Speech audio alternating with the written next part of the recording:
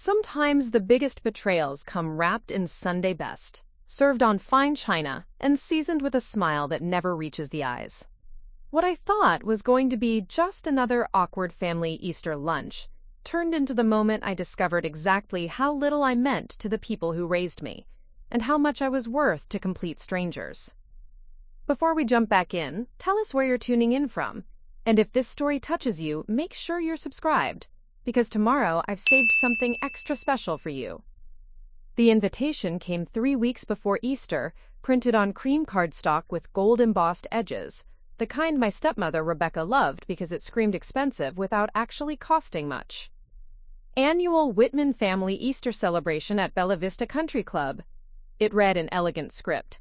Below that, in smaller text, kindly RSVP by March 15th. I stared at the invitation sitting on my kitchen counter, next to a stack of medical bills I'd been avoiding. The irony wasn't lost on me. Here was an invitation to spend $100 on lunch I couldn't afford, with people who made me feel like I was borrowing space at their table. My phone buzzed. A text from Rebecca. Haven't heard back about Easter. Need final head count for the club. Hope you can make it work. Make it work. As if my absence would be an inconvenience to their reservations, rather than to their family. I'd been Caroline Whitman for 28 years, but I'd only been Rebecca's stepdaughter for 15 of them. My mother died when I was 13, and my father remarried 18 months later to a woman who came with her own daughter Madison, and a very clear vision of what our blended family should look like. Spoiler alert, I wasn't prominently featured in that vision. The Bellavista Country Club had been Rebecca's choice, naturally. She'd joined 3 years ago when my father's dental practice started bringing in serious money, and she never missed an opportunity to mention the club in casual conversation. I'll pick that up at the club, or Madison and I had lunch at the club yesterday. Always with just enough emphasis to remind you that not everyone had access to such places. I texted back, I'll be there. The truth was, I needed to be there. Not because I particularly enjoyed these gatherings, quite the opposite, but because maintaining some connection to my father felt important, even if it meant enduring Rebecca's passive-aggressive commentary and watching Madison bask in the kind of parental attention I'd stopped expecting years ago. Madison was Rebecca's biological daughter, 6 months younger than me, and everything I apparently wasn't. She was studying to be a physician's assistant, following in her stepfather's medical footsteps, as Rebecca loved to tell anyone who'd listen. She was engaged to Trevor, a junior partner at a law firm whose family also belonged to Bellavista. She was, in Rebecca's frequent words, everything a father could hope for in a daughter. I was a high school English teacher at a Title I school, living in a one-bedroom apartment with a radiator that clanged all winter and air conditioning that gave up every August. I drove a 10-year-old Honda with a crack in the windshield and wore the same 3 dresses to any occasion that required something nicer than jeans. I was, in Rebecca's equally frequent implications, a disappointment wrapped in my mother's stubbornness. The days leading up to Easter were filled with the usual anxiety-inducing group texts. Rebecca coordinating outfit colors. Let's do pastels. Madison found the most gorgeous mint green dress. Madison sharing photos of flower arrangements she was considering for her upcoming wedding, and my father chiming in occasionally with practical questions about timing and parking. I found myself staring at my closet on Saturday night, trying to find something that wouldn't scream clearance rack in a room full of country club members. I settled on a navy blue dress I'd bought for my college graduation 6 years ago, conservative, appropriate, and hopefully forgettable enough that Rebecca wouldn't feel compelled to comment on it. Sunday morning arrived gray and drizzly, the kind of Easter weather that makes you wonder if spring is actually coming or just playing an elaborate prank. I spent longer than usual on my makeup, trying to create the illusion of someone who had her life together, someone who belonged at places like Bellavista. The drive to the club took me through the kind of neighborhood I'd grown up dreaming about.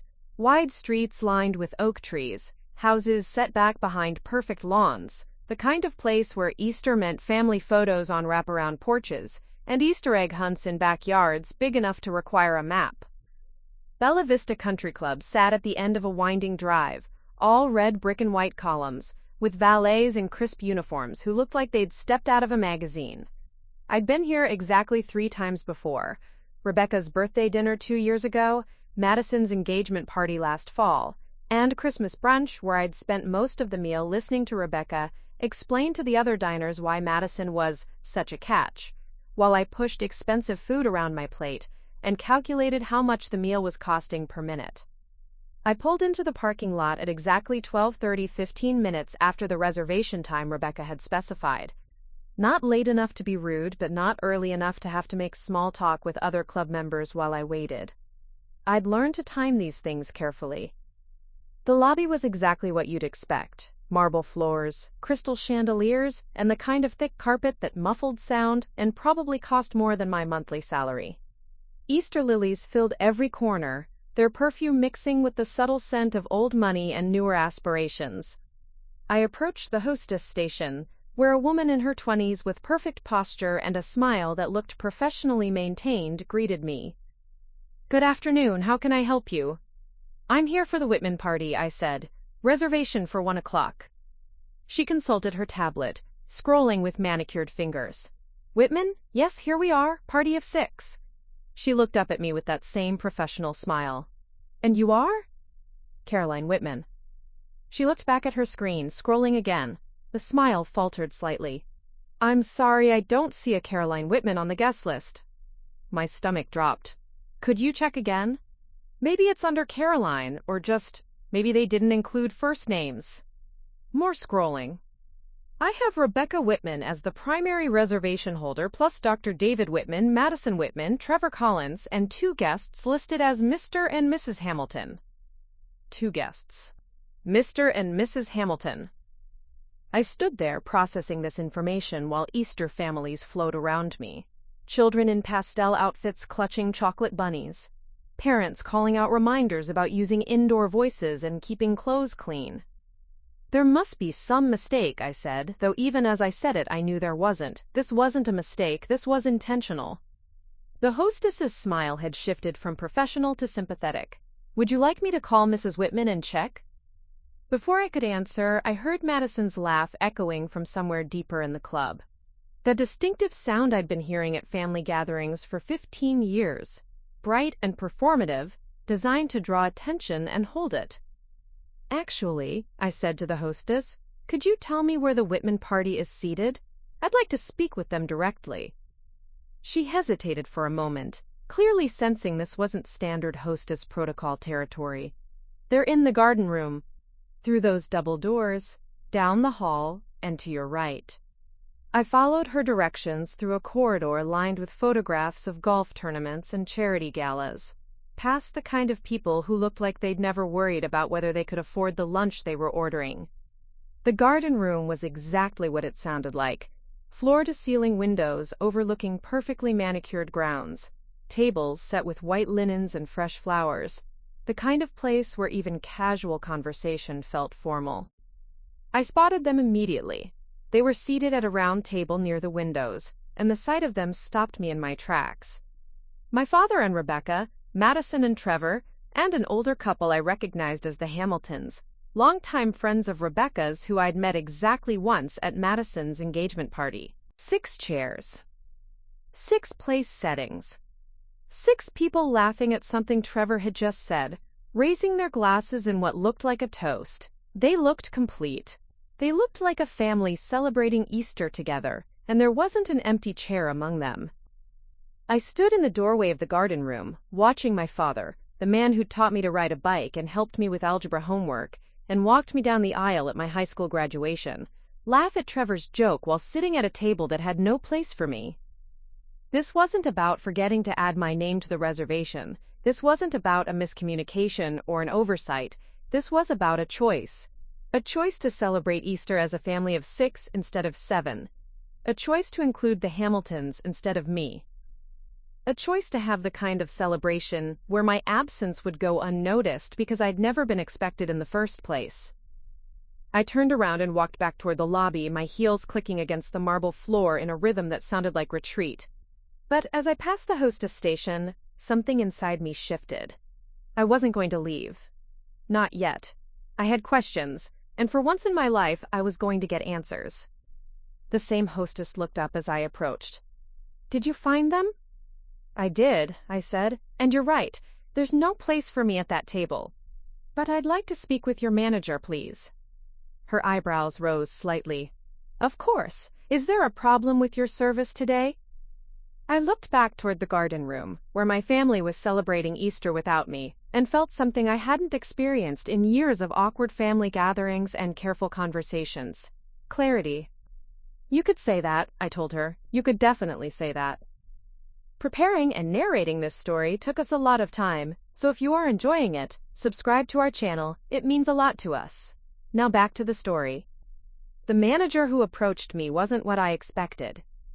Instead of the stuffy, middle-aged man in an expensive suit I'd imagined, Catherine Chen looked like she was barely older than me, with sharp eyes behind stylish glasses, and the kind of confident bearing that suggested she'd earned her position through competence rather than connections. I'm Catherine Chen, the dining room manager, she said, extending her hand. I understand there's been some confusion with your reservation today? Not confusion, I replied, shaking her hand. Exclusion. Very deliberate exclusion.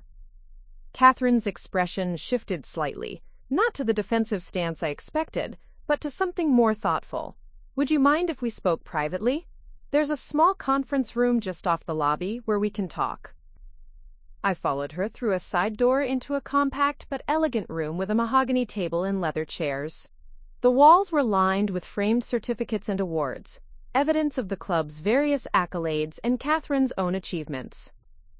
She gestured for me to sit, then took the chair across from me rather than behind the table, eliminating any sense of formal distance. Tell me what happened, she said simply. So I did. I told her about the invitation, about the RSVP that apparently never included my name, about walking into the garden room and seeing 6 people at a table that should have had 7. I told her about being Rebecca's stepdaughter, about the careful way I'd learned to navigate family gatherings, where I always felt like I was taking up space that belonged to someone else. Catherine listened without interrupting, occasionally making notes on a small pad she'd pulled from her jacket pocket. When I finished, she was quiet for a moment, studying her notes. How long has your family been members here? She asked. 3 years, since Rebecca joined. And in those 3 years, how many family events have you attended here? I thought about it. 3, maybe 4. Were you always included in the original reservations for those events? The question caught me off guard. I realized I'd never actually thought about it. I'd just shown up when invited, assuming my place had been secured along with everyone else's. I don't know, I admitted. I never asked. Catherine made another note. Caroline, I'm going to share something with you that I probably shouldn't, but I think you deserve to know. When Mrs. Whitman made this reservation 3 weeks ago, she specifically requested a table for 6. Not 7, not 8. 6. When our reservations coordinator asked if she was expecting any additional family members for Easter, she said no. The words hit me like cold water.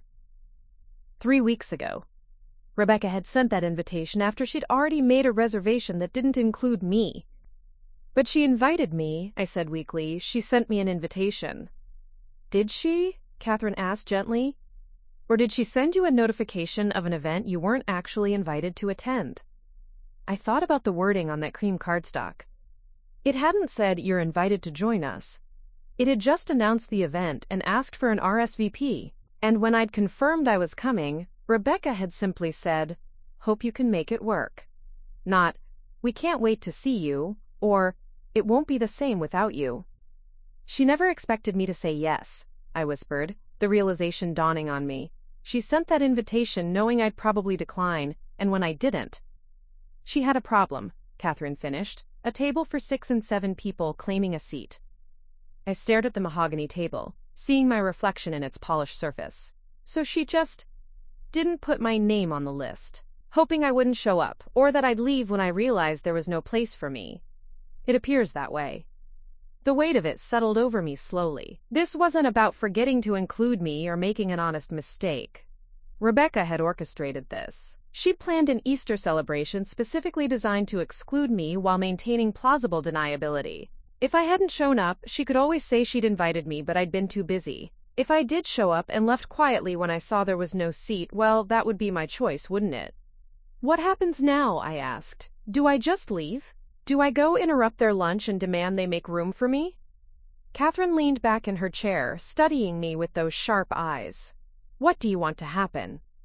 It was such a simple question, but I realized no one had asked me that in years. Not about family gatherings, not about holiday plans, not about anything that mattered.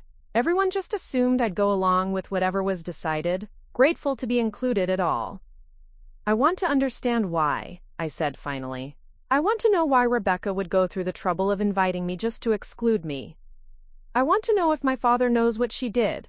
I want to know if Madison knows. I want to know if they're sitting in there right now talking about how relieved they are that I didn't show up.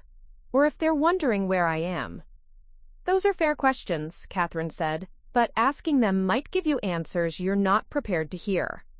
She was right, and we both knew it, but I'd spent 15 years tiptoeing around Rebecca's feelings, making myself smaller to fit into her vision of our family, swallowing my hurt and disappointment to keep peace at gatherings like this. Maybe it was time to stop protecting their comfort at the expense of my dignity.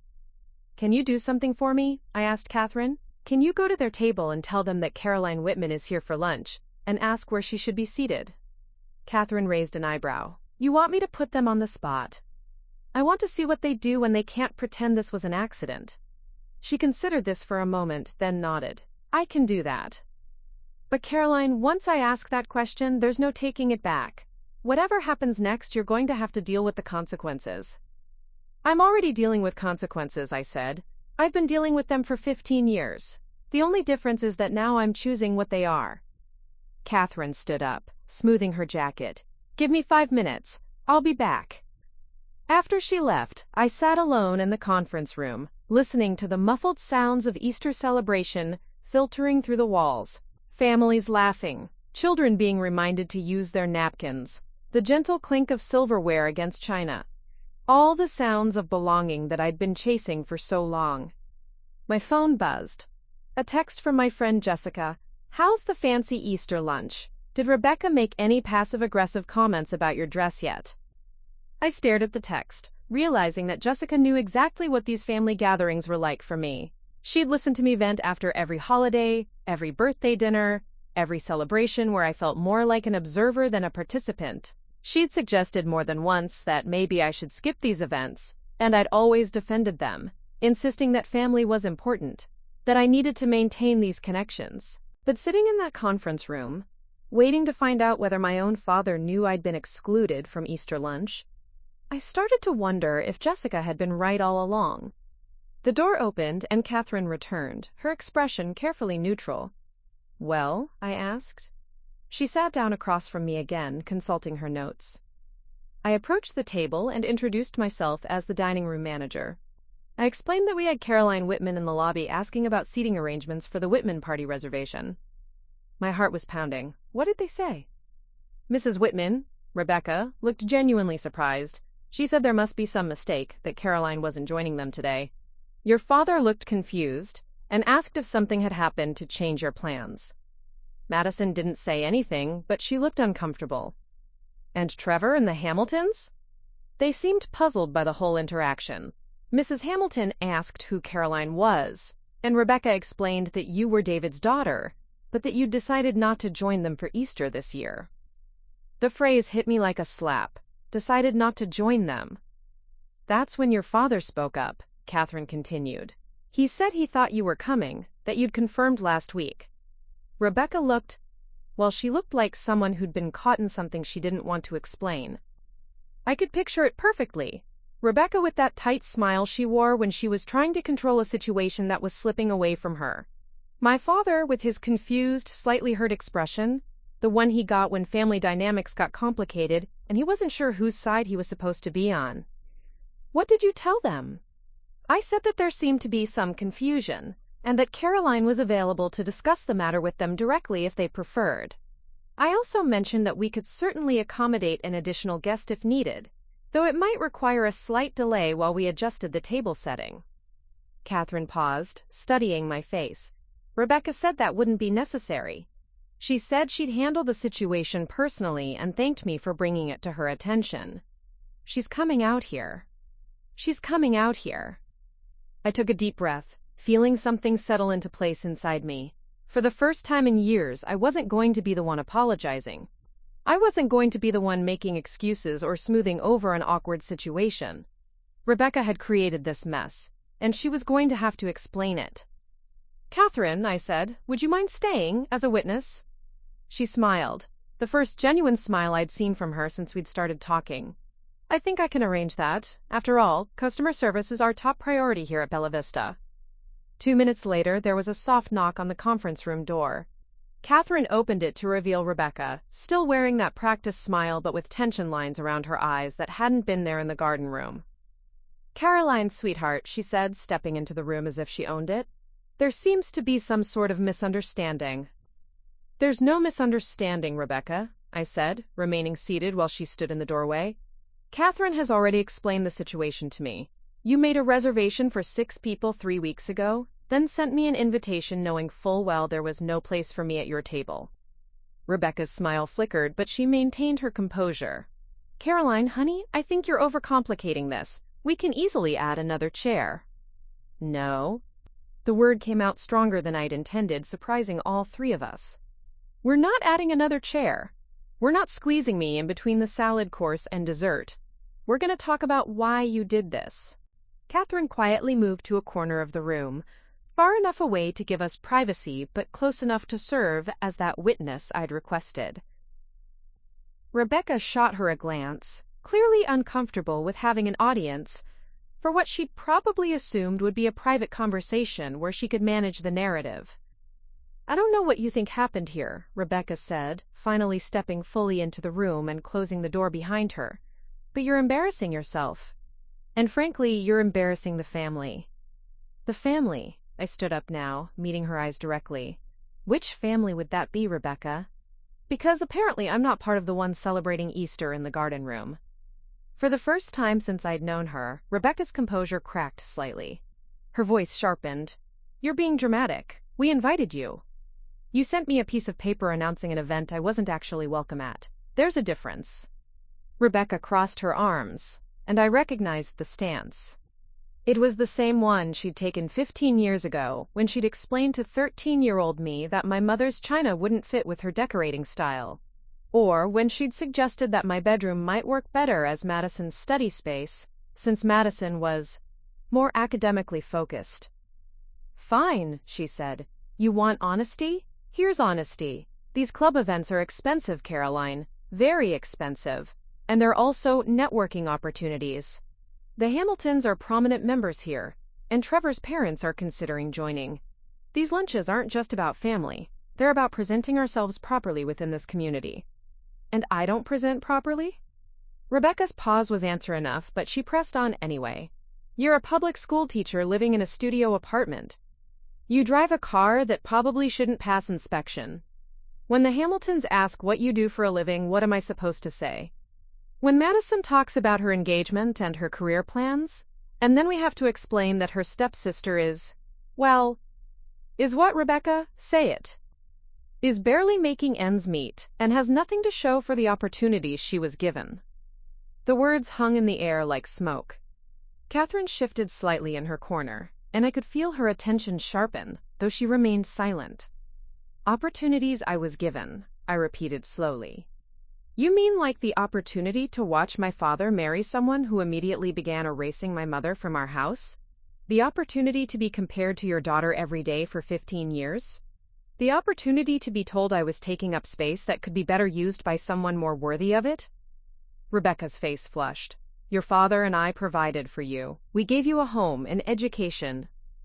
My father provided for me, you tolerated me, and apparently you've reached the limit of even that." "Don't twist this around," Rebecca snapped.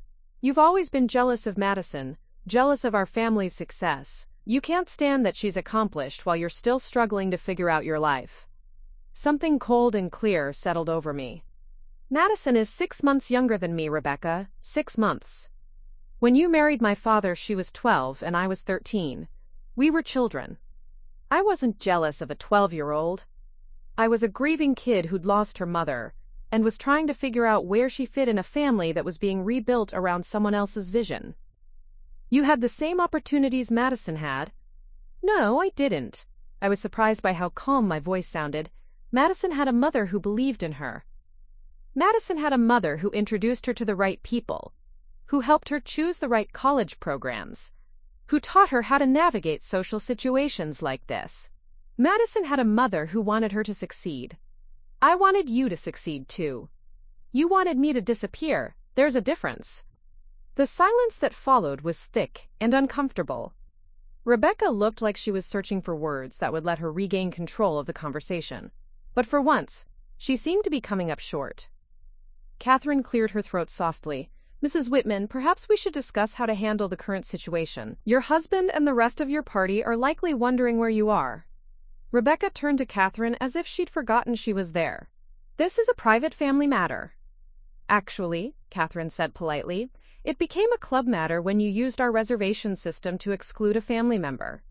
We take our members' conduct very seriously, particularly when it involves misrepresentation or creating uncomfortable situations for other guests. I looked at Catherine with new appreciation. She wasn't just being supportive. She was making it clear that this conversation had implications beyond hurt feelings. Rebecca's voice took on the tone she used when she was trying to charm her way out of a situation. I'm sure we can resolve this quickly. Caroline, why don't you join us for lunch? We'll figure out the seating. As what? I asked. As the awkward seventh wheel you grudgingly accommodate? As the disappointing stepdaughter you explain away to your friends? As the charity case you invite out of obligation? Caroline, I'm not interested in your pity invitation, Rebecca. What I'm interested in is understanding something. Does my father know? The question caught her off guard. Know what? Does he know that you deliberately excluded me from this reservation? Does he know that when you told him I'd confirmed my attendance, you hadn't actually planned for me to be here? Does he know that right now he's sitting at a table wondering where his daughter is while his wife is in here explaining why she never intended for me to have a seat? Rebecca's silence was telling. He doesn't know, I continued. He thinks this was an oversight, doesn't he? He thinks you made an honest mistake, or that maybe I changed my mind at the last minute.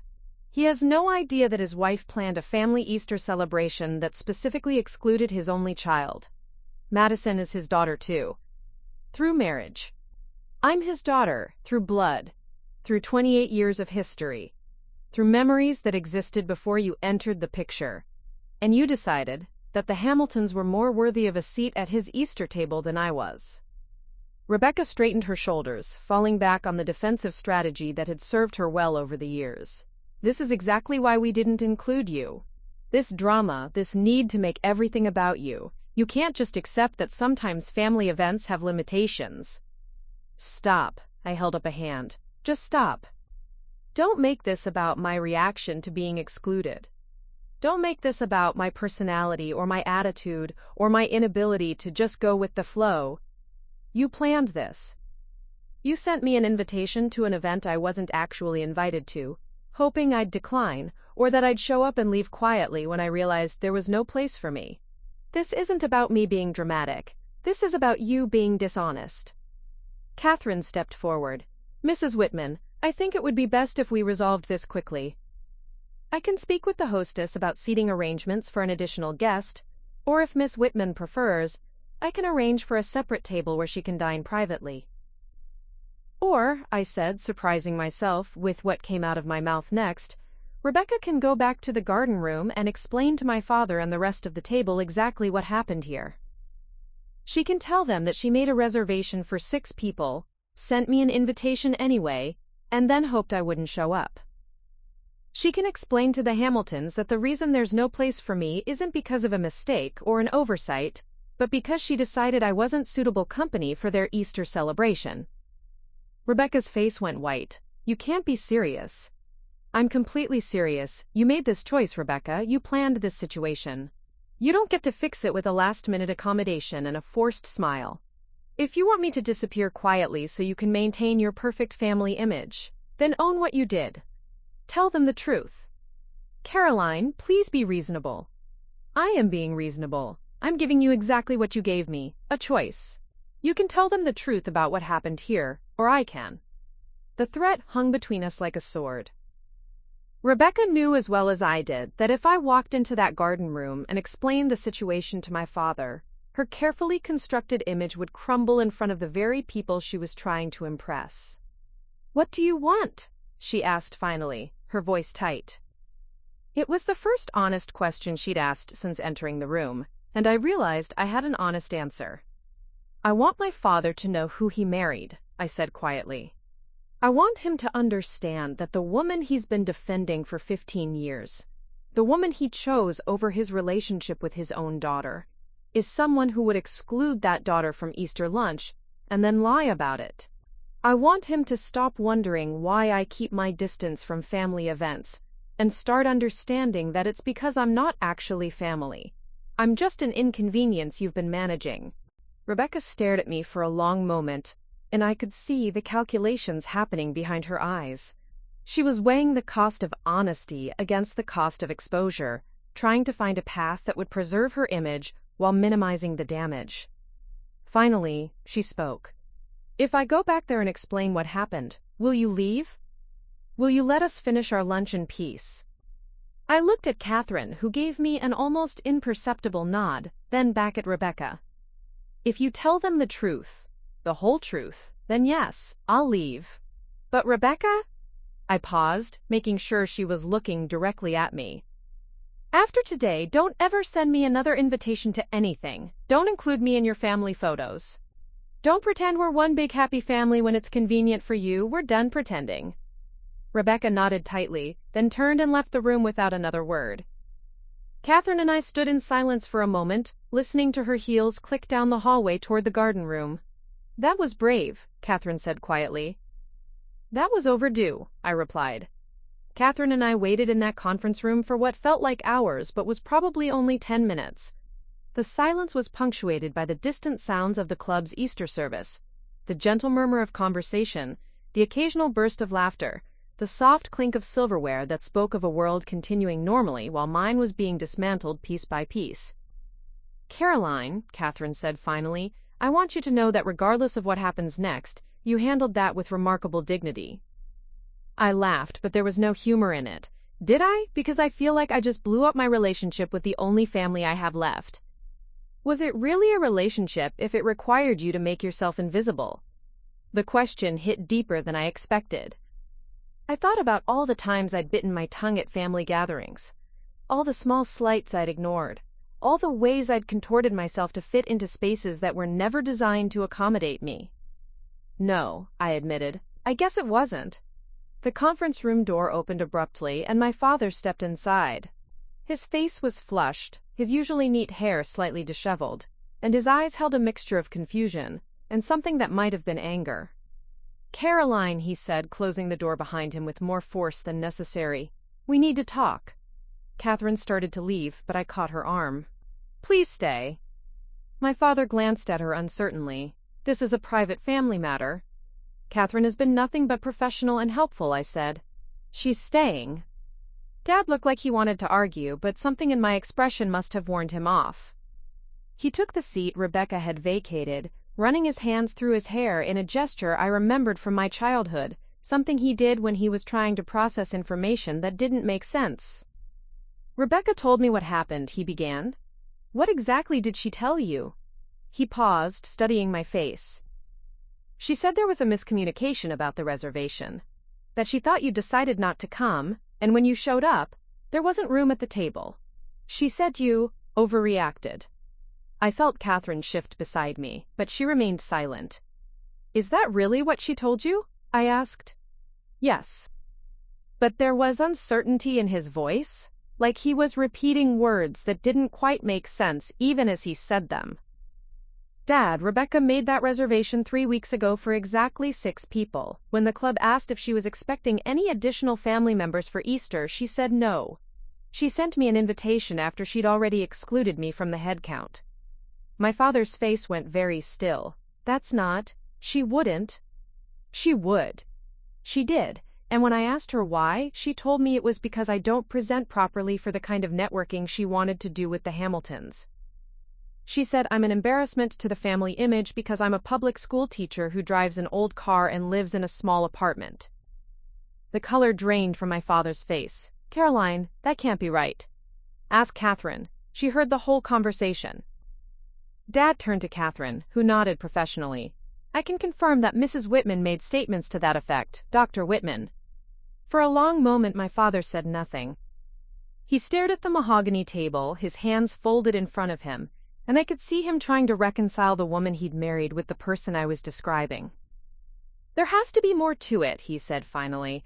Rebecca wouldn't deliberately exclude you. She knows how much family means to me. Does she? I asked quietly.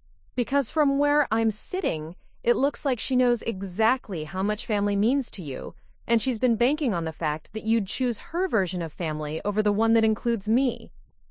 That's not fair. Isn't it? Dad, when was the last time you and I had a conversation that wasn't at a family gathering Rebecca organized?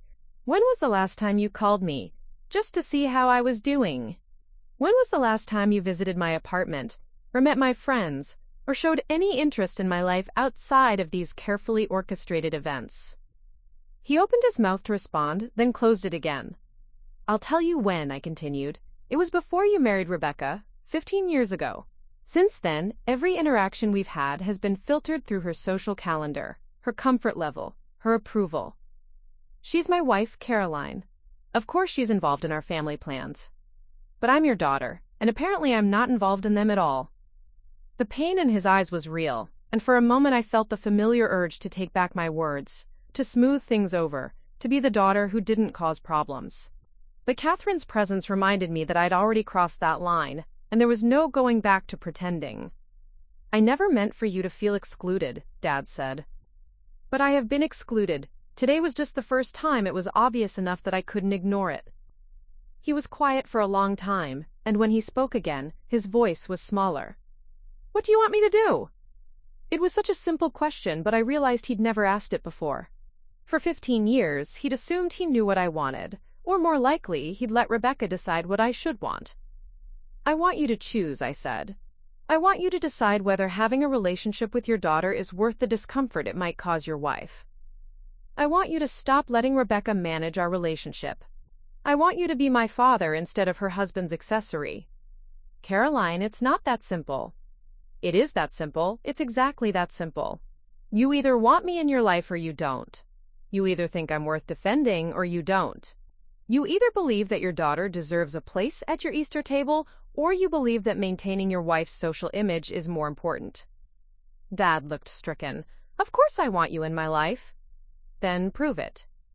Because Rebecca just told me that she doesn't want me included in family events anymore, and I told her that was fine with me.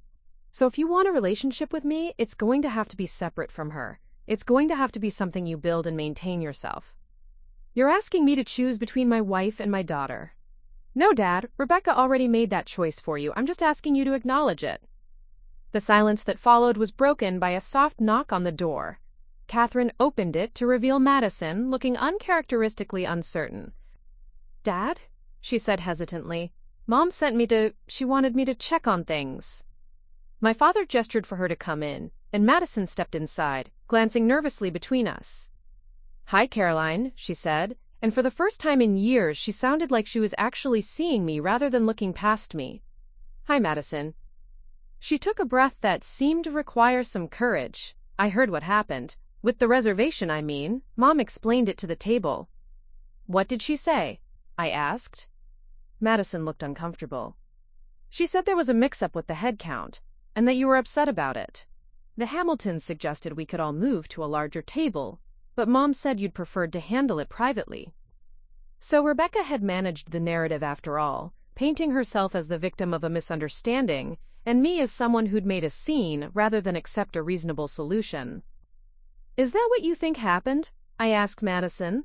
She was quiet for a moment, then shook her head. No. I've seen how Mom talks about you when you're not around, Caroline. And I've seen how she gets when Dad suggests including you in things. I've always known she didn't. I mean, I knew she wasn't what? Wasn't as happy about having you as part of the family as she pretended to be. It was the first honest thing Madison had said to me in years, and it hit harder than I'd expected. Why didn't you ever say anything? I asked. Madison looked down at her hands. Because it was easier not to. Because I knew that if I defended you, Mom would take it out on both of us. Because I was selfish, and I wanted to keep the peace, and I convinced myself that it wasn't my problem to solve. The admission hung in the air between us, and I could see that it cost her something to say it. But it was your problem, I said quietly. Because you watched your mother exclude your stepsister for 15 years, and you said nothing. You benefited from it, actually. Every time she chose to invest in your future instead of acknowledging mine, every time she presented you as the successful daughter while I was the disappointing one, you got something out of my erasure. Madison's eyes filled with tears. I know, and I'm sorry. I'm so sorry, Caroline. My father was looking back and forth between us like he was watching a conversation in a foreign language.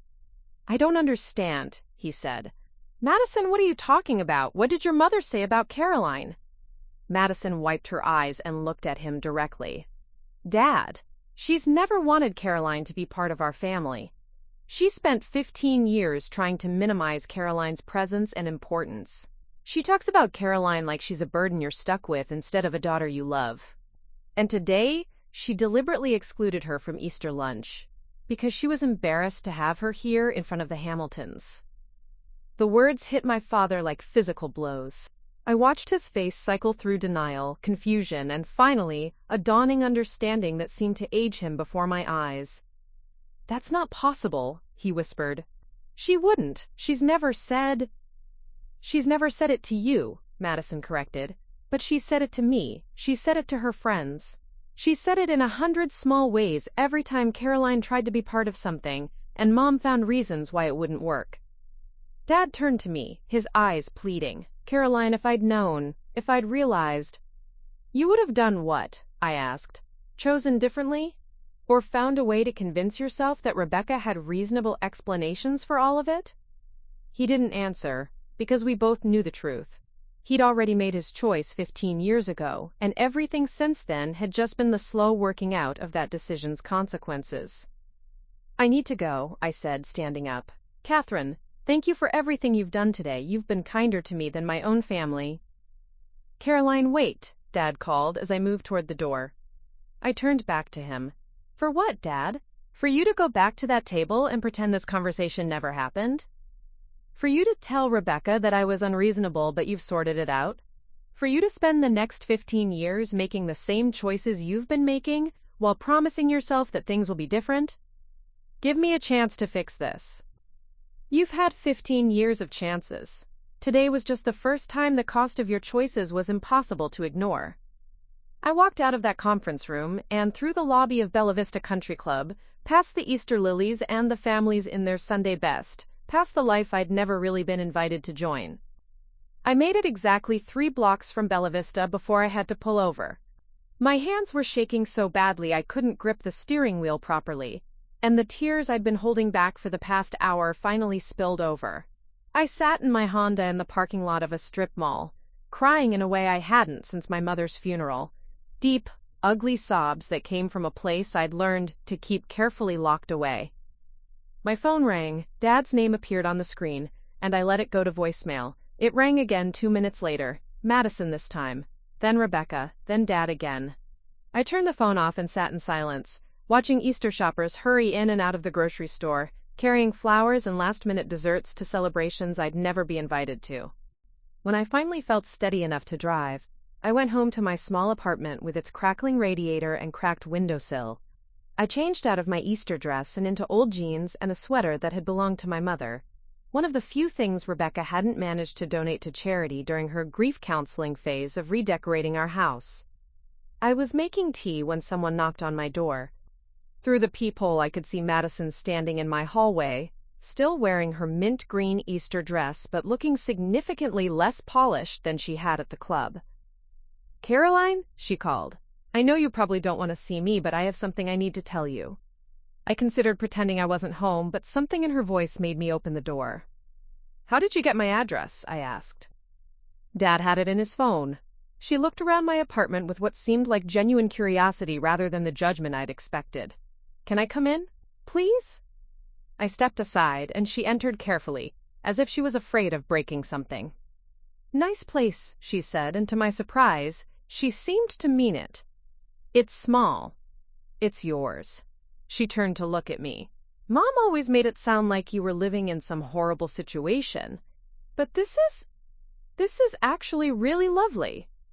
I gestured toward the couch and we both sat down, maintaining careful distance between us. What did you need to tell me? I asked.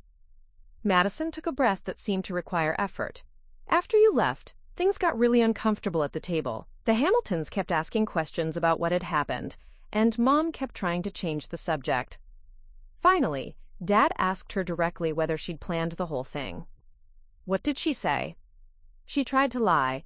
She said it was just a miscommunication, that she'd assumed you'd changed your mind about coming. But Dad pressed her on it, and Trevor started asking questions about why we'd make plans without confirming with family members first. Madison paused. Trevor doesn't know you very well, but he knows about family dynamics because his parents went through a nasty divorce. He could tell something wasn't right. I found myself curious despite everything. What kind of questions? He asked when Mom had last spoken to you about Easter plans. He asked why she hadn't called you when she realized there might be a seating issue. He asked whether this kind of quote-quote miscommunication had happened before with other family events. Madison smiled grimly. Trevor might be engaged to me, but he's still a lawyer. He knows how to ask the right questions. And Rebecca couldn't answer them. Not without admitting what she'd done. Finally, Mrs. Hamilton said that maybe they should reschedule their lunch so we could sort out our family issues privately. That's when Mom got angry. Madison pulled out her phone and scrolled through something. Caroline, she said things. She said things about you that I can't unhear. And I recorded some of it. My stomach dropped. You recorded her? I started recording when I realized how bad it was getting. I thought maybe you'd want to know what she really thinks of you. Madison's hands were shaking slightly. But now I'm not sure I should play it for you. It's really awful. I stared at her phone, feeling like I was standing at the edge of a cliff. Play it. Madison hesitated, then pressed play. Rebecca's voice filled my small living room, tight with anger and frustration. Don't understand why we're all pretending this is some big tragedy. Caroline has always been difficult. She's been jealous of Madison since the day David and I got married, and she's never made any effort to be part of this family. She shows up to these events like she's doing us a favor, never contributes anything meaningful, never even dresses appropriately. There was a pause, then my father's voice. Rebecca, that's enough. But Rebecca's voice continued, louder now. No, David, it's not enough. I've spent 15 years trying to include that girl, trying to make her feel welcome, and this is how she repays me? By making a scene in front of our friends? By embarrassing us at the club? She's exactly like her mother, always looking for reasons to be the victim, always making everything about her. Madison stopped the recording. There's more, but it gets worse. I sat in silence, processing what I'd just heard. The casual cruelty of it was breathtaking, but what struck me most was the confidence in Rebecca's voice. She wasn't saying these things in anger or frustration. She was stating what she clearly believed to be facts. She mentioned my mother, I said quietly. Madison nodded. That's when Dad really lost it. He told her she was out of line, and she said that someone needed to be honest about Caroline's behavior patterns. She said your mom was the same way, always creating drama, always making herself the center of attention. The words hit like ice water. My mother had been one of the kindest, most selfless people I'd ever known. She'd volunteered at the Children's Hospital, taught Sunday school, and spent her last months making sure my father and I would be okay without her. What did Dad say to that? He got very quiet. That's scary quiet, you know? Then he asked the Hamiltons to excuse us, and asked Trevor to take them to the bar while we sorted things out as a family. Madison set her phone down and looked at me directly. Caroline, I need to tell you something else. Something I should have told you years ago. I braced myself for another revelation. Your mother left you something. Before she died, she set up a trust fund for your education and future. A significant one. The room seemed to tilt slightly. What are you talking about? She liquidated some investments and life insurance policies. She wanted to make sure you'd be able to go to college and have something to start your adult life with. The trust was supposed to transfer to you when you turned 25. My 25th birthday had been 3 years ago. Madison, I never received any trust fund. I know. Because Dad gave control of it to Mom when they got married. She was supposed to manage it for you, help you access it when you were ready. The implications of what she was saying began to sink in. Where is it now? Madison looked sick. Some of it went to my college tuition. Some of it went to the down payment on Mom and Dad's house. Some of it went to the country club membership fees. She paused. And some of it is going toward my wedding. I stood up abruptly, needing to move, needing to do something with the energy that was building inside me. My mother's money paid for your education? Caroline, I didn't know. I swear I didn't know until last year, when I was helping Mom with some financial paperwork for the wedding. I saw the trust documents and I asked her about them. That's when she told me where the money had come from. And you said nothing. I was going to. I was trying to figure out how to tell you. But then I got scared, because I realized that if you knew it would destroy our family. And I was selfish enough to want to finish my degree and have my wedding before everything fell apart. I walked to the window and stared out at the street below. A family was getting out of their car, still dressed in their Easter clothes, the children carrying deflated balloons and chocolate-stained napkins from some celebration that had actually included them. How much? I asked without turning around. How much what? How much money did my mother leave me? How much of my future did Rebecca steal to pay for yours? Madison was quiet for so long that I turned around to look at her. She was crying. $150,000, she whispered. She left you $150,000. The number hit me like a physical blow. $150,000 would have changed everything. It would have paid for my college education without loans. It would have given me a down payment for a house. It would have provided the security and opportunities that might have made me the kind of person Rebecca thought was worthy of a seat at her Easter table. Caroline, I'm going to pay you back, Madison said quickly. I'm going to figure out a way to pay you back every penny. I turned to face her. With what money, Madison? You're still in school. You're planning a wedding. You're starting a career as a physician's assistant. I'll find a way. Stop, I held up a hand. Just stop talking for a minute. I needed to think. I needed to process the fact that Rebecca hadn't just excluded me from Easter lunch. She'd been systematically stealing from me for years. She'd used my mother's money to build the life that had made her feel entitled to judge mine. Madison, I said finally, I need you to leave now. Caroline, please. I need you to leave, and I need you to think very carefully about what you're going to do next. Because this isn't just about hurt feelings anymore. This is about theft. This is about fraud. And if you know about it and do nothing, that makes you complicit. Madison stood up, her face pale. What are you going to do? I'm going to call a lawyer, and then I'm going to call the police. And then I'm going to make sure that everyone who helped Rebecca steal my mother's legacy faces the consequences of their choices. She walked toward the door, then turned back. For what it's worth, I really am sorry. I know you are, I said. But sorry doesn't give me back the last 15 years. It doesn't give me back the opportunities your mother stole from me. And it doesn't change the fact that you knew about this and said nothing until it became convenient for your conscience. After Madison left, I sat on my couch with my mother's sweater wrapped around me and tried to picture what my life might have looked like if I'd had access to that trust fund. Would I have been confident enough to pursue graduate school? Would I have felt secure enough to take risks, to travel, to build the kind of life that might have impressed Rebecca's country club friends? But then I thought about my students, about the kids I taught who came from backgrounds even more challenging than my own, who needed someone who understood what it felt like to struggle.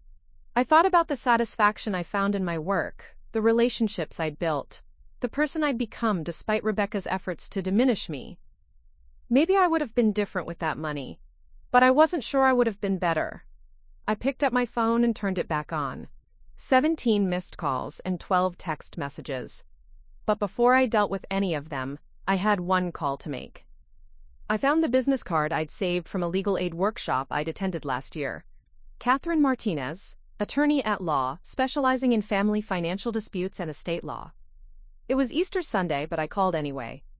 Sometimes the most important conversations happen when no one expects them. Catherine Martinez answered on the third ring, which surprised me. Her voice was professional but not unkind when she said, "This is Catherine Martinez." "Miss Martinez, my name is Carolyn Whitman. I got your card from the legal aid workshop you spoke at last year. I know it's Easter Sunday, but I need to speak with someone about what might be a case of financial fraud involving a family trust." There was a pause. "Ms. Whitman, are you in immediate danger?" "No, but I've just discovered that my stepmother has been stealing from a trust my mother established for me before she died. We're talking about a significant amount of money that was taken over several years." "How significant?" $150,000. Another pause, longer this time. "Ms. Whitman, I can meet with you first thing tomorrow morning, but I'm going to give you some advice right now. Don't discuss this with anyone else until we talk. Don't confront anyone, don't make any more accusations, and don't let anyone know you're seeking legal counsel. Can you do that?" "Yes." "Good. My office is at 425 Market Street, Suite 300. Can you be there at 8 a.m.? "I'll be there." After I hung up, I realized my hands were steadier than they'd been all day. Having a plan, having next steps, made the enormity of what I'd discovered feel manageable rather than overwhelming. My phone rang again. Dad this time. I let it go to voicemail, then played the message back. "Caroline, sweetheart, we need to talk. I know you're upset, and you have every right to be, but we're family, and we can work through this. Please call me back." The "we're family" part almost made me laugh. After 15 years of being treated like an inconvenient obligation, now suddenly we were family when the consequences of their choices were becoming clear. I was heating up leftover soup for dinner when someone knocked on my door. Through the peephole I could see my father standing in the hallway, looking older and more haggard than he had just a few hours ago. "Caroline, I know you're in there. Please, just give me 5 minutes." I opened the door but didn't invite him in. "What do you want, Dad?" "I want to apologize. I want to explain. I want to make this right." "Which part? The part where your wife deliberately excluded me from Easter lunch? Or the part where she spent 15 years convincing you I wasn't worth defending? Or some other part one haven't discovered yet?" He flinched. "All of it. Caroline, I had no idea how Rebecca really felt about you. What she said today, the things Madison told me, I never knew. Because you never asked. Because you never wanted to know." "That's not fair." I stepped back into my apartment, leaving the door open behind me. "Come in, Dad. But we're going to have a very different conversation than the ones we usually have." He followed me into my living room, looking around with the same kind of careful attention Madison had shown. "You've made this place really nice." I had to. Nobody else was going to do it for me. We sat down across from each other, and for the first time in years I really looked at my father. He was 62 now, with gray threading through his hair and lines around his eyes that seemed deeper than they had that morning. He looked like a man who'd been forced to see himself clearly for the first time in a long while. "Madison played me the recording," he said quietly. "What Rebecca said about you, about your mother. Caroline, I'm so sorry." "Are you? Or are you sorry you got caught?" "What do you mean?" "Dad, you were sitting right there when Rebecca made a reservation for 6 people instead of 7. You were there when she told people I'd decided not to come. You heard her explanations. And some part of you had to know they didn't make sense. But you chose to believe them because it was easier than confronting the truth about the woman you married." He was quiet for a long moment. "You're right, I think I've been choosing not to see things for a long time." "Why?" "Because I was lonely. Because after your mother died, I was drowning, and Rebecca made me feel like I could be happy again. And when she started having problems with you, I told myself it was just an adjustment period, that you'd both figure it out eventually. But we didn't figure it out. It got worse. I know, and I kept telling myself that you were both strong, independent women who could work through your differences. I convinced myself that staying out of it was the mature thing to do." I leaned back on my couch, studying his face. "Dad, do you remember what Mom was like?" "Of course I do." Tell me what she was like." He seemed surprised by the question. She was kind, she was funny. She cared about everyone around her. She always saw the best in people, always tried to help when someone was struggling. And did she create drama? Did she make everything about herself? Did she look for reasons to be the victim? His face went very pale. No, God, no. Your mother was the opposite of all that. Then why didn't you defend her today when Rebecca said those things? Why didn't you tell Rebecca she was wrong about Mom? I was in shock. I couldn't believe she'd say something like that. But you've been letting her say things like that about me for 15 years. The words hung between us like an accusation, which I suppose they were. Caroline, I swear to you I never heard her say anything like what she said today. Maybe not exactly like that, but smaller things, subtle things. Comments about my choices, my lifestyle, my priorities. Little digs that you probably told yourself weren't that important. He nodded slowly. You're right. And I should have shut them down. I should have protected you the way I would have protected your mother. But you didn't. No, I didn't. And I can't undo that. We sat in silence for a moment, and I could see him struggling with something. There's something else, he said finally. Something I need to tell you. My stomach tightened. After everything I'd learned today, I wasn't sure I could handle another revelation.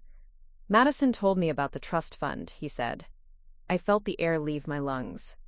She told you. She told me everything. About how Rebecca used the money, about how long she's known, about how you never received what your mother intended for you to have. And I'm horrified. Caroline, I had no idea. I gave Rebecca control of that trust because I was grieving and overwhelmed, and she said she wanted to help manage your future. I thought she was being generous. Generous, the word tasted bitter. She was generous with my mother's money. I know how this looks, I know how this sounds, but Caroline, I never would have allowed her to use that money if I'd known what she was doing. I studied his face, looking for signs of deception. Did you benefit from it, Dad? Did any of that money go toward things that helped you? I don't know. Maybe, probably. If it went toward the house payments, or the club membership, or Madison's expenses. He put his head in his hands. God, Caroline, I don't even know how much of our life was built on money that belonged to you. $150,000 worth. He looked up at me with tears in his eyes. I'll pay you back, every penny. I don't know how yet, but I will. With what? Dad, you're close to retirement? Rebecca doesn't work. Madison is still in school. You don't have $150,000 lying around, and we both know it. Then I'll sell the house. I'll liquidate my retirement accounts. I'll figure something out. And what about Rebecca? What about your marriage? His face hardened in a way I'd never seen before. My marriage is over. The certainty in his voice surprised me. Dad. No, Caroline, it's over. What she did today, what she's been doing for 15 years, what I learned about the trust fund. I can't come back from this. I can't look at her and pretend I don't know what kind of person she really is. What about Madison? Madison is an adult. She'll have to figure out her own relationship with her mother. But she's also going to have to live with the fact that her education and her wedding were paid for, with money stolen from her stepsister. I wasn't sure how to respond to that. Part of me felt vindicated that my father was finally seeing Rebecca clearly, but another part of me felt sad for him, watching his life fall apart in real time. Dad, are you sure about this? Because if you divorce Rebecca, if you make her pay back that money, it's going to get ugly, really ugly. It's already ugly, Caroline. It's been ugly for 15 years. I was just too cowardly to admit it. My phone rang, Rebecca's name on the screen. Don't answer it, Dad said quickly. I wasn't going to.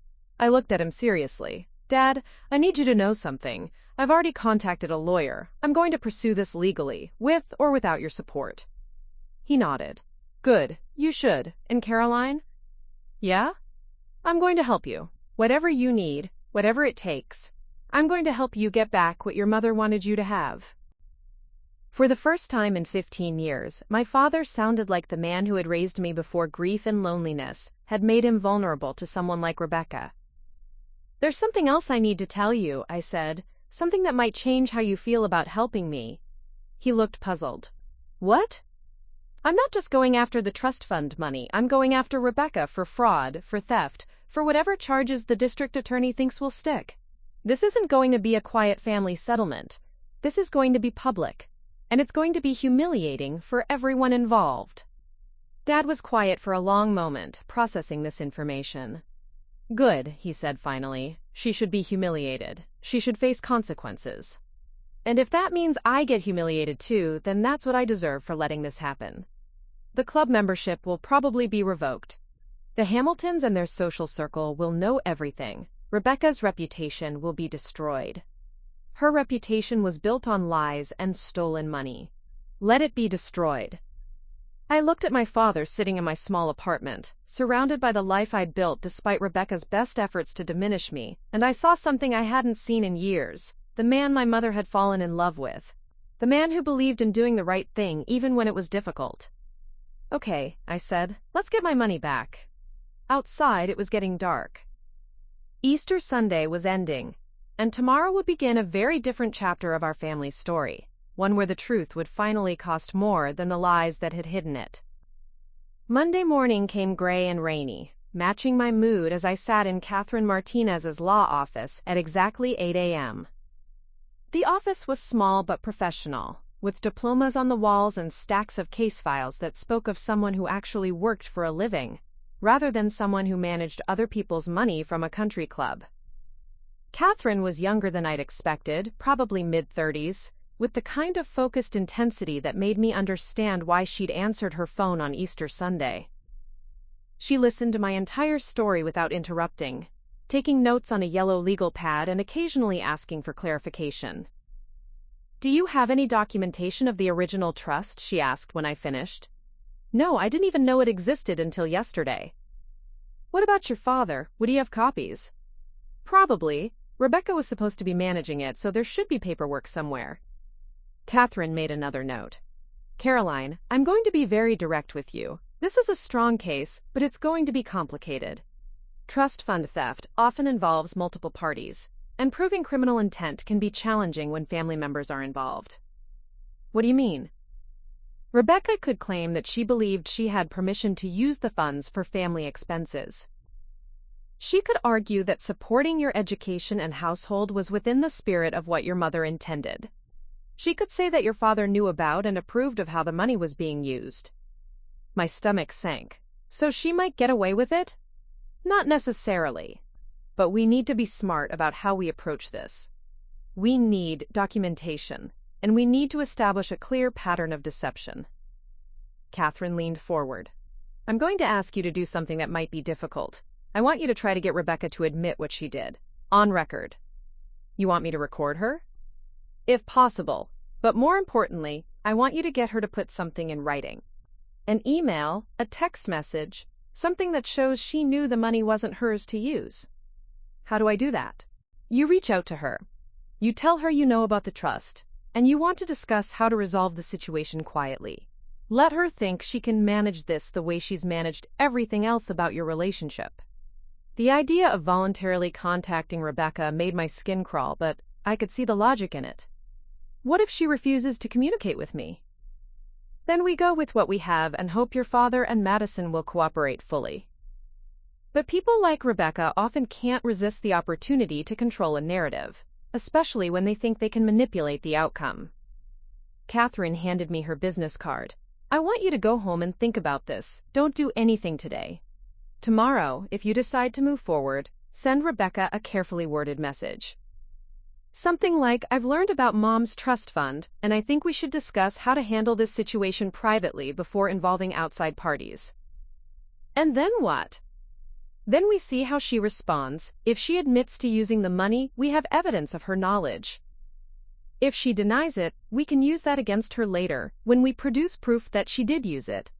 If she tries to justify it, she's essentially confessing to theft." I left Catherine's office feeling like I had a battle plan, but also feeling nauseated at the thought of engaging with Rebecca again. I'd spent less than 24 hours free from her manipulation, and already I was being asked to walk back into it. When I got home, there were 3 cars parked outside my apartment building.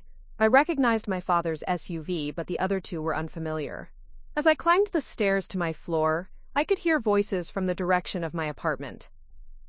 Madison was sitting on the floor outside my door, still wearing yesterday's clothes. She looked like she hadn't slept. "Caroline," she said, scrambling to her feet when she saw me. "Thank God you're here. What's going on? Why are you sitting in my hallway?" "Mom threw me out. Last night, after Dad left to come see you, they had a huge fight. She accused me of betraying the family by telling you about the trust fund. When I said I was going to help you get your money back, she told me to get out and never come back. I unlocked my apartment door." "Where did you sleep?" "In my car, in the parking lot at Trevor's apartment. I was too ashamed to ask him if I could come up." "Madison, you could have called me." "Could I? After everything my family has done to you, after everything I've been complicit in, why would you help me?" It was a fair question, and I didn't have a good answer for it. But looking at her sitting there in her wrinkled Easter dress, homeless and humiliated, I couldn't bring myself to turn her away. "Come inside," I said. She followed me in and immediately collapsed onto my couch. "Caroline, I need to tell you something else, something I should have mentioned yesterday." I braced myself for another revelation. "What now?" "Trevor knows. About the trust fund, about what Mom did, about all of it. I told him last night because I couldn't keep lying to him." "How did he take it?" Madison laughed bitterly. "He's a lawyer, Caroline. He took it exactly like you'd expect a lawyer to take, learning that his fiancé's family committed financial fraud. He's horrified." "Is he gonna break up with you?" "I don't know, maybe. He said he needs time to think about whether he can marry into a family that would do something like this." She looked at me with red-rimmed eyes. "He also said something else. He said that if you're serious about pursuing this legally, he might be able to help." "Help how?" "He specializes in financial crimes. He's prosecuted cases like this before. He said that if you want to press charges, he knows people in the district attorney's office who would take this seriously." I stared at Madison, trying to process this unexpected turn. Why would Trevor want to help me? He doesn't even know me. Because he believes in justice. And because he's furious that Mom manipulated our family for so long. Madison paused. "And because he loves me enough to want to help fix what my family broke, even if it costs him personally." My phone buzzed. A text from a number I didn't recognize. "This is Trevor Collins. Madison gave me your number. If you're interested in discussing legal options regarding your mother's trust, I'd like to offer my assistance. No charge, no obligation." I showed the text to Madison. "Is he serious?" "Trevor doesn't joke about legal matters. If he's offering to help, it's because he thinks you have a strong case." I was still processing this when my phone rang. Dad's number. "Caroline, are you home? I'm downstairs with some documents I think you need to see." "What kind of documents?" "Trust paperwork, financial records, bank statements." "I've been going through everything Rebecca kept in her office, and I found things that are going to make your lawyer very happy." 10 minutes later, my small apartment was crowded with 3 adults and several boxes of paperwork. Dad looked like he'd aged another 5 years overnight, but there was a determined set to his jaw that I hadn't seen in years. "I confronted Rebecca last night," he said without preamble. "I asked her directly about the trust fund, about what she'd done with your mother's money. She tried to deny it at first, then she tried to justify it." "What did she say?" "She said that the money was meant for family expenses anyway, that your mother would have wanted it used to provide stability for all of us. She said that paying for Madison's education was an investment in the family's future. She said that you were too irresponsible to handle that much money when you were younger." Madison made a sound of disgust. "She's still trying to make it sound like she was protecting Caroline." Dad nodded grimly. "That's exactly what she was doing. But then she said something else. She said that she'd been managing your finances better than you ever could have, and that the life she'd built for our family was worth more than whatever you might have done with the money on your own." "She admitted it," I said. "She admitted that she took the money deliberately." "She did more than that." Dad pulled out his phone. I recorded the conversation. I looked at him in shock. "You recorded her?" Madison isn't the only one who learned something from Trevor. He texted me last night and suggested that if I was going to confront Rebecca, I should document what she said, just in case. Madison smiled for the first time since I'd found her in my hallway. Trevor is very thorough. Dad played the recording, and Rebecca's voice filled my apartment once again. But this time, instead of the angry defensiveness I'd heard in Madison's recording, Rebecca sounded calm and condescending. David, you're being ridiculous about this. I've been managing Caroline's inheritance for years, and I've done a much better job with it than she would have. Look at how she lives, that tiny apartment, that terrible car. Do you really think giving her access to that money when she was 25 would have improved her situation? I used it to build something stable, something lasting. Madison's education is an investment that will benefit everyone. The house gives us equity we never would have had otherwise. The club membership opens doors that Caroline could never have opened on her own. There was a pause, then my father's voice. Rebecca, that money wasn't yours to invest. It was Caroline's inheritance from her mother. And I made sure it was used wisely instead of wasted on whatever impractical dreams Caroline might have had. She should be thanking me, not attacking me. She should be thanking you for stealing from her? I didn't steal anything. I managed resources responsibly. There's a difference. The recording ended and we all sat in silence for a moment. She really believes she did nothing wrong, Madison said quietly. She believes she knows better than everyone else, Dad corrected. She believes she has the right to make decisions for other people without their consent. And that's exactly the attitude that's going to destroy her in court. I looked at the boxes of paperwork scattered around my living room, at my father who'd finally chosen to fight for me, at my stepsister who'd sacrificed her relationship with her mother to tell me the truth, and at the text from Trevor offering his legal expertise. For the first time since I'd walked into Bellavista Country Club yesterday, I felt like I wasn't fighting this battle alone. All right, I said. Let's take Rebecca down. 2 days later, I sat in a conference room at Trevor's law firm, surrounded by more legal expertise than I'd ever imagined needing. Trevor had introduced me to Sarah Chen, a prosecutor from the district attorney's office who specialized in financial crimes involving family trusts. She was sharp, professional, and clearly excited about the case we were presenting. This is one of the clearest cases of trust fund theft I've seen, Sarah said, reviewing the documents my father had provided. The paper trail is excellent, and the recorded confession essentially eliminates any defense Rebecca might try to mount. What kind of charges are we looking at? I asked. Multiple felonies. Grand theft, fraud, embezzlement, potentially money laundering, depending on how she moved the funds around. We're talking about serious prison time if she's convicted. The word prison hit me harder than I'd expected. Despite everything Rebecca had done, despite the years of manipulation and exclusion, the idea of her behind bars felt surreal. Caroline, Trevor said gently, you need to understand that once we file these charges, there's no going back. This will be public record. It will be in the newspapers. Rebecca's life as she knows it will be over. What about Madison? I asked, looking at my stepsister who was sitting quietly at the end of the table. What about her wedding, her career plans? Madison shook her head. Don't worry about me. I'll figure it out.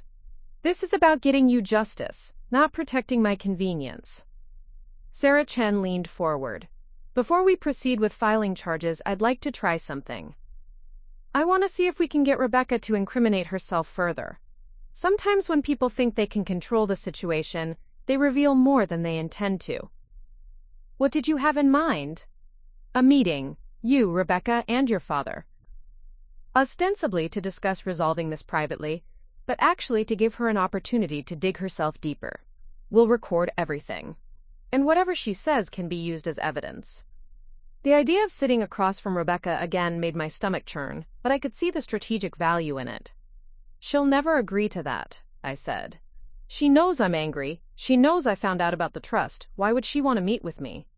Because she thinks she can still manipulate you, Dad said grimly.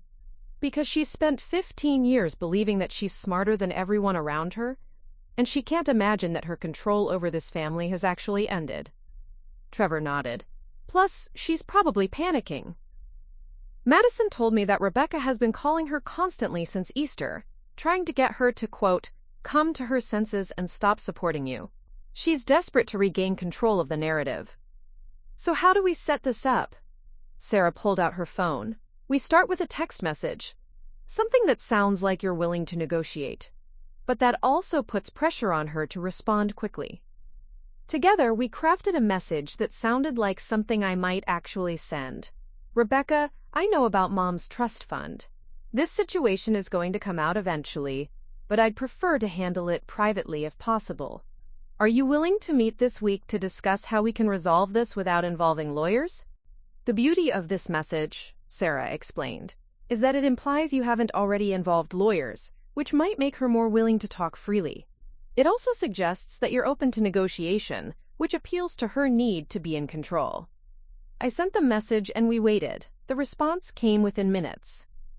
Caroline, I'm glad you're being reasonable about this. Let's meet Thursday at 2 p.m. at Panera on 5th Street. Just you, me, and your father. We can sort this out like adults. The speed of her response and her choice of a public location told us everything we needed to know about Rebecca's mindset. She thought she was walking into a negotiation she could win. Perfect, Sarah said. Public location means she'll feel safe, which might make her more talkative. And the fact that she suggested including your father means she still thinks she can use family dynamics to her advantage. The next 3 days were some of the longest of my life. I went through the motions of teaching my classes, but my mind was constantly on Thursday afternoon. Trevor had provided me with a small recording device that looked like a pen, and Sarah had coached me on the kinds of questions that would be most likely to get Rebecca to incriminate herself. Don't be confrontational, she'd advised. Act confused, maybe a little hurt. Let her think she's educating you about why her actions were justified. People like Rebecca can't resist explaining why they're right, even when explaining makes them look guilty. Thursday morning, I woke up with a headache and a churning stomach. Madison had spent the night on my couch again. She was still staying with me while she figured out her housing situation, and she made me coffee and toast that I couldn't bring myself to eat. Are you nervous? She asked. Terrified. Good. That means you're taking this seriously. She sat down across from me. Caroline, I want you to know that whatever happens today, whatever Mom says or does, I'm proud of you for standing up to her. I should have done it years ago. At 1:45 p.m., Dad and I met in the parking lot of the Panera. He looked as nervous as I felt, but there was a determination in his eyes that reminded me of the man he'd been before grief had made him vulnerable to Rebecca's manipulation. You don't have to do this, he said. We have enough evidence already. I want to do this. I want to hear her try to justify what she did. I want to look her in the eye while she explains why she thought it was okay to steal my mother's money. Rebecca was already inside when we arrived, sitting at a corner table with her back to the wall. She'd chosen her position carefully. She could see everyone coming and going, and the acoustics would make it difficult for anyone nearby to overhear our conversation. She stood and hugged my father when we approached, then offered me a stiff smile that didn't reach her eyes. Caroline, you look tired. Are you taking care of yourself? Even now, even knowing what I knew, she couldn't resist the subtle dig disguised as concern. I'm fine, Rebecca. Shall we sit down? We arranged ourselves around the small table and, for a moment, no one spoke. Rebecca looked composed and confident, like someone who'd prepared for a business meeting rather than a family confrontation. So, she said finally, you've learned about your mother's trust fund. I have, and I've learned what you did with the money. Rebecca's expression didn't change. What I did was manage it responsibly. Your mother left that money for your future, and I made sure it was invested in things that would actually benefit you. Benefit me? Rebecca, I never saw a penny of that money. It paid for Madison's college tuition and your country club membership. It paid for family stability. It paid for opportunities that you've benefited from, even if you don't realize it. The house we live in, the connections we've made, the life we've been able to provide, all of that was built on the foundation your mother's money provided. Dad leaned forward. Rebecca, that money was supposed to go directly to Caroline when she turned 25. You had no right to use it for anything else. I had every right. I was managing Caroline's financial future, just like I've been managing her social development and her family relationships. Someone had to make the responsible decisions. and Caroline was too young and too inexperienced to handle that kind of money properly. I felt the recording device in my pocket and reminded myself to stay calm. So you decided for me? I decided what was best for the family. Caroline, look at your life. Look at how you live. Do you really think you would have made better choices with that money than I did? That wasn't your choice to make. Rebecca's composure slipped slightly. Wasn't it? I've been taking care of this family for 15 years. I've been the one making sure everyone was provided for, everyone was positioned for success. Your father was drowning in grief when I met him, and you were a sullen teenager who resented any attempt at guidance. Someone had to be the adult. By stealing from me? By investing in our collective future instead of enabling your individual selfishness. The words hung in the air between us, and I could see my father's face turning red with anger. Rebecca, he said quietly, do you hear yourself? Do you understand what you're admitting to? I'm admitting to being a responsible adult who made difficult decisions for the good of this family. Caroline can be angry about it all she wants, but the fact remains that the money was used wisely. Wisely for who? I asked. For Madison, who got a college education I had to pay for myself. For you, who got to join a country club and play the role of a wealthy woman. For Dad, who got to live in a house my mother's money helped buy. For all of us. Including you. You think your apartment and your teaching job represent some kind of noble independence, but the truth is, you've benefited from family stability that your mother's money helped provide. The connections we've made, the reputation we've built. The reputation you've built on money you stole from me. Rebecca's mask finally slipped completely. I didn't steal anything. I took money that was sitting uselessly in an account and used it to build something meaningful. Your mother would be proud of what we accomplished with her legacy. My mother would be horrified, I said quietly. She would be horrified that you used her money to exclude her daughter from the family she died, believing would take care of me. For the first time since we'd sat down, Rebecca looked genuinely rattled. That's not. I never excluded you. You chose to distance yourself. I chose to distance myself because you made it clear I wasn't welcome unless I pretended to be grateful for scraps. You were welcome if you contributed something positive instead of constantly criticizing and complaining. I was welcome if I disappeared. Rebecca stood up abruptly. This conversation is over. Caroline, if you want to pursue this legally, that's your choice. But you'll be destroying this family for money that's already been invested in things that can't be undone.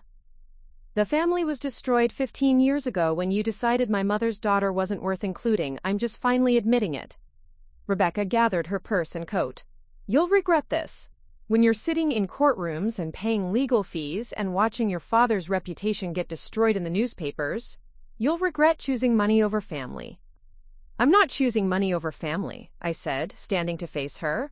I'm choosing truth over lies. For the first time in 15 years, I'm choosing myself. Rebecca left without another word, and Dad and I sat in the suddenly quiet Panera, processing what had just happened. Did you get what you needed? He asked. I patted the recording device in my pocket. I got more than I needed. She just confessed to everything. That evening, I played the recording for Sarah Chen and Trevor. Sarah's smile grew wider with each incriminating statement. This is perfect, she said when it ended. She admitted to taking the money, she admitted to using it without permission, and she showed complete lack of remorse. Plus, she revealed her mindset. She genuinely believes she had the right to make these decisions for you. What happens now? Now we file charges. And Caroline? Sarah looked at me seriously.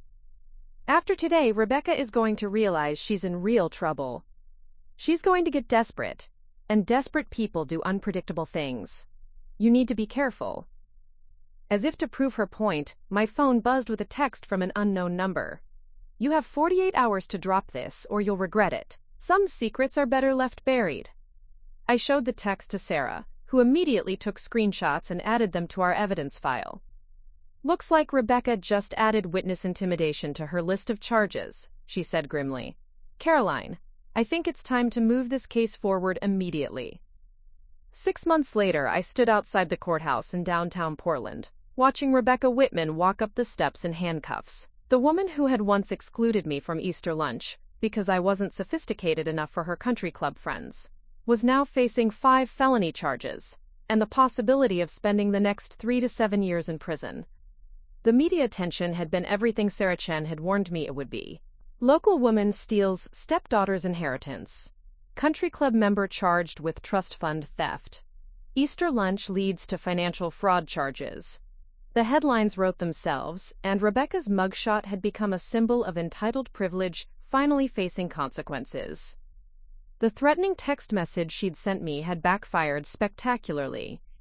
Not only had it added witness intimidation to her list of charges, but it had also prompted an investigation into her other financial dealings.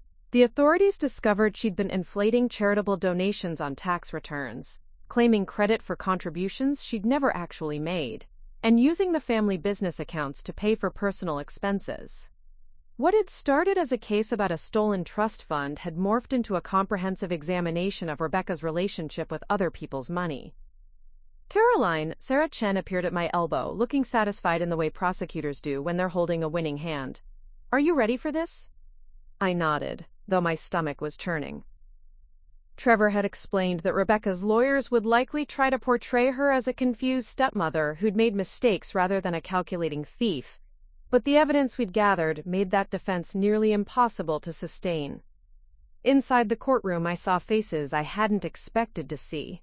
Catherine Chen, the dining room manager from Bellavista, was sitting in the gallery. She'd testified during the preliminary hearings about Rebecca's behavior on Easter Sunday. Several members of the country club were there too, though I suspected they were more interested in the scandal than in supporting anyone involved.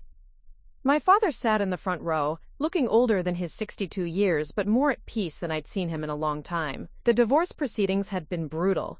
Rebecca had fought for half of everything, including assets that had been purchased with my mother's money, but Dad's decision to support my case had ultimately protected him from most of the financial fallout.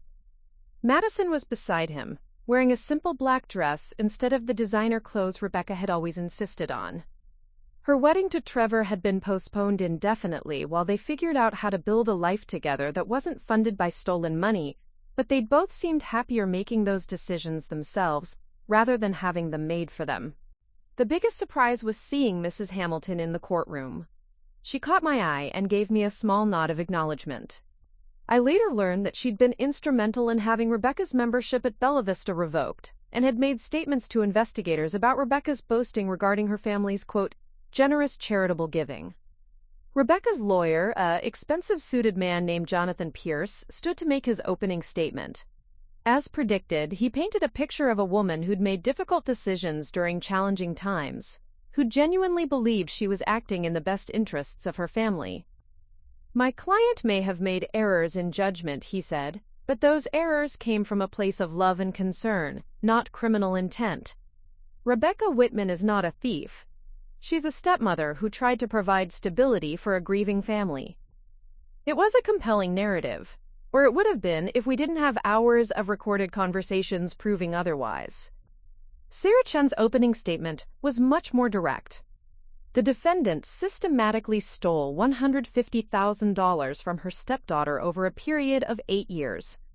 She used that money to purchase a lifestyle she couldn't afford, to fund her biological daughter's education, and to buy her way into social circles that required financial credentials she didn't possess.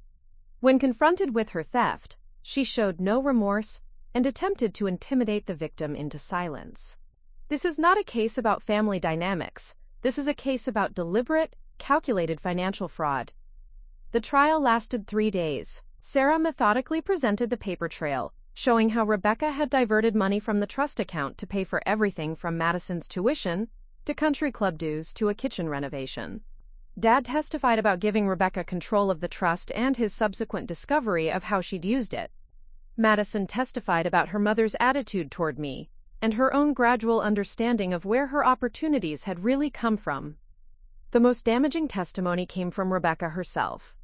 Against her lawyer's advice, she'd insisted on taking the stand, apparently convinced she could charm the jury the way she'd charmed her way through 15 years of manipulating our family. It was a disaster. Under cross-examination, Sarah Chen methodically walked Rebecca through each expenditure, each decision, each moment when she'd chosen to use my money instead of her own. And with each question, Rebecca's sense of entitlement became more apparent. Mrs. Whitman, when you used Caroline's trust fund money to pay for your country club membership, did you ask for her permission? I didn't need her permission. I was managing her financial portfolio. Did Caroline know she had a financial portfolio that included a country club membership? Caroline was too young to understand the long-term benefits of the networking opportunities the club provided. So you made that decision for her without consulting her? I made responsible decisions that would benefit the entire family. But it wasn't the entire family's money, was it, Mrs. Whitman? It was Caroline's money. It was money that needed to be managed properly. By you? By someone with experience and judgment. And you felt you had the right to decide that Caroline lacked the experience and judgment to control her own inheritance. I felt I had the responsibility to make sure the money was used wisely. It went on like that for hours, with Rebecca digging herself deeper with every answer.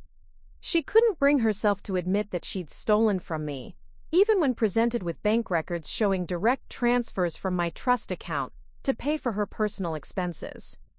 The jury deliberated for less than 2 hours. Guilty on all counts. The sentencing hearing was scheduled for the following month, but Rebecca's world had already begun crashing down around her. The story had been picked up by several national news outlets as an example of financial elder abuse in reverse, and her name had become synonymous with entitled step-parent overreach. More importantly for me, the restitution phase of the case meant I would be getting my money back, not just the original $150,000, but that amount plus interest calculated from when it should have been transferred to me. The final total was close to $200,000. For the first time in my adult life, I had real financial security. But standing outside the courthouse after the verdict, watching Rebecca being led away in handcuffs while reporters shouted questions, I realized that the money wasn't the most important thing I'd gained from this experience. "How does it feel?" a reporter asked, shoving a microphone in my face. I thought about it for a moment. "It feels like justice," I said finally. Not just for the money, but for 15 years of being told I didn't matter enough to have a voice in my own family. That evening, Dad, Madison, Trevor, and I had dinner at a small restaurant downtown. Nothing fancy, nothing that required reservations or connections or the right kind of clothes. Just good food and honest conversation. "So what are you going to do with the money?" Madison asked. I'd been thinking about that question for months. Some of it's going toward a down payment on a house. Some of it's going into retirement savings. And some of it's going towards starting a nonprofit. "What kind of nonprofit?" Trevor asked. "Legal aid for people dealing with family financial abuse. There are a lot of people out there who are being manipulated and stolen from by family members, and they don't have the resources to fight back the way I did." Dad smiled. The first genuinely happy smile I'd seen from him since before my mother died. "Your mom would love that." He was right. My mother had always believed in helping people who couldn't help themselves. Using her money to do exactly that felt like the most fitting tribute I could offer. 6 months after that, I was sitting in my new house, a small but beautiful craftsman bungalow with a garden where I could grow the flowers my mother had loved, when my phone rang. It was Catherine Chen, the manager from Bellavista. "Caroline? I hope you don't mind me calling. I got your number from your father." "Of course not. How are you?" "I'm good. Actually, I'm calling because I have some news I thought you'd want to hear. Do you remember Mrs. Hamilton?" I certainly did. "What about her?" "She's been telling your story to other club members. Not the gossip version, but the real version. About standing up for yourself, about refusing to be silenced, about fighting for what was right even when it was difficult. Apparently, it's inspired several other women to speak up about financial abuse in their own families." I felt a warm glow in my chest. "Really? Really? And Mrs. Hamilton asked me to give you a message. She said to tell you that your table is always available here, whenever you're ready to claim it." I laughed, remembering that first day when Catherine had asked about seating arrangements for a Caroline Whitman who wasn't on any guest list. "Tell Mrs. Hamilton thank you, but I think I'm done trying to earn seats at other people's tables. I'd rather build my own." After I hung up, I sat in my garden as the sun set, thinking about everything that had changed since that Easter Sunday when I'd walked into Bellavista Country Club expecting to be excluded, and discovered I'd been excluded for much more than I'd ever imagined. Rebecca was serving her sentence at a minimum security facility about an hour away. She'd been sentenced to 4 years and ordered to pay full restitution plus penalties. Madison visited her once a month, though their relationship would never recover from the revelations about how Rebecca really felt about the family she'd claimed to be protecting. Dad had sold the house Rebecca had partially purchased with my money and moved into a smaller place closer to his dental practice.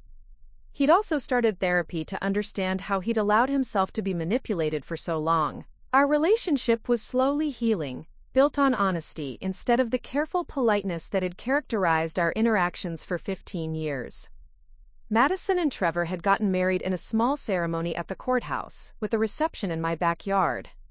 It was simple and genuine and filled with people who actually cared about them, rather than people they felt obligated to impress. As for me, I was still teaching at the same Title I school, but now I was also running the Carolyn Mitchell Foundation, named after my mother, which provided legal support and financial counseling to people dealing with family financial abuse. The work was challenging and sometimes heartbreaking, but it felt like the most important thing I'd ever done. I'd learned that being good was never the problem. The problem was being quiet about how others used that goodness against me. I was done being quiet. And sitting in my garden, in my house, surrounded by the life I'd built with my mother's money, finally returned to me. I finally understood what my mother had really left me in that trust fund. It wasn't just money. It was the foundation for a life where I didn't have to make myself smaller to fit into spaces that were never designed to accommodate me. It was the inheritance of my own voice. And I plan to use it. Up next, you've got 2 more standout stories right on your screen. If this one hits the mark, you won't want to pass these up. Just click and check them out. And don't forget to like, subscribe, and turn on the notification bell so you don't miss any upload from us.